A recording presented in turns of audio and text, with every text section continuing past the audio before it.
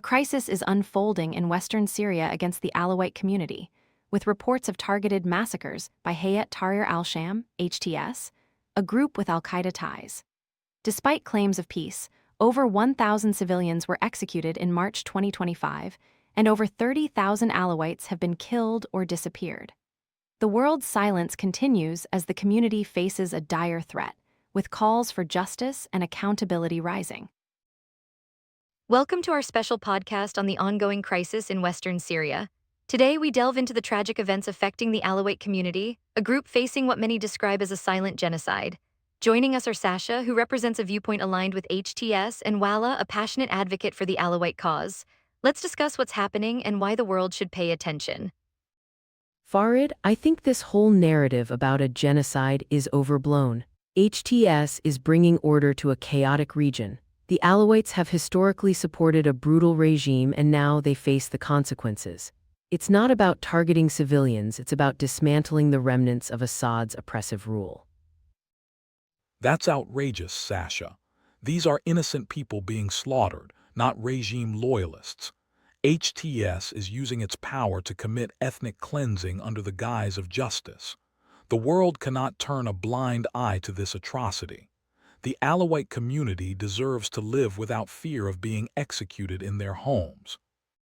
Sasha, while you claim HTS is restoring order, the reports of mass killings tell a different story. How do you justify such actions against civilians, particularly when these acts are described as extrajudicial killings? Farid, you have to understand the context. HTS is dealing with a volatile situation. Mistakes happen in war. The Alawites have been part of the problem for years. It's regrettable but necessary to achieve long-term peace. Necessary? You call the murder of children and families necessary. This is not a mistake. It's a deliberate campaign to erase a community. The Alawites are not remnants. They are human beings with rights. Your justification is appalling and inhumane. Voila, the numbers are staggering. Over 30,000 Alawites have been killed or disappeared, yet there's a disturbing silence from the international community. What needs to change to stop this suffering? You both are missing the point. The international community is right to stay out of this. Intervention could escalate the situation. HTS is working towards a stable governance, and interference could hinder progress. Interference is exactly what's needed to save lives. The international community must hold HTS accountable. Waiting for them to stabilize is a death sentence for the Alawites. Justice and intervention are imperative. Sasha, you mentioned stability, but the U.S. intelligence report warns that HTS's rule could lead to more radicalism. Is this the future you envision for Syria?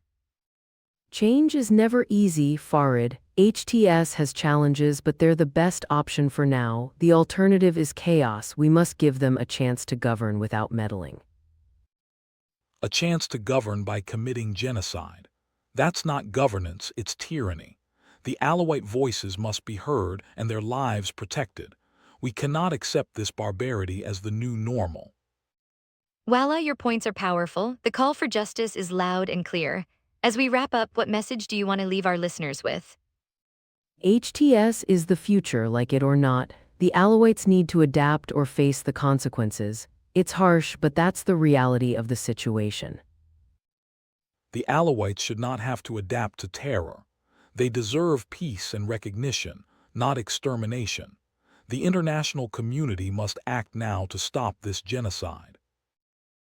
To everyone listening, remember, this is not just about politics, it's about humanity. We cannot stand by while innocent lives are brutally taken. Demand action, demand justice, and let the Alawite community know they are not alone. The world must stop this crime in progress.